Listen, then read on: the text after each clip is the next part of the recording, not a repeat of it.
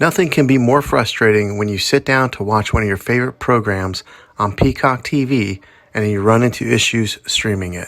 Well, in today's tech video, I'm going to show you how to fix Peacock TV if it isn't working on your JVC smart TV.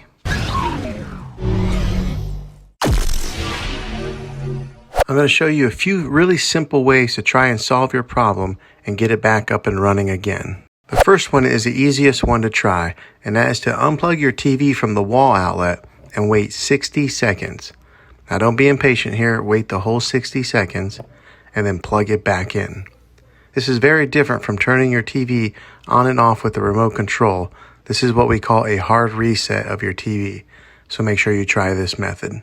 If that doesn't work, then find your router that is giving you your Wi-Fi and unplug the power to that for 60 seconds. Then plug it back in. If that fixes it, great. If not, let's move on to the next method. Try deleting the Peacock TV app on your TV. Go to wherever the apps are located on your system and remove the app altogether. Then reinstall the Peacock TV app again. After you reinstall it, you might have to log back in with all your credentials, but hopefully this worked. If this doesn't work, then I recommend buying an affordable Roku stick or Amazon Fire Stick.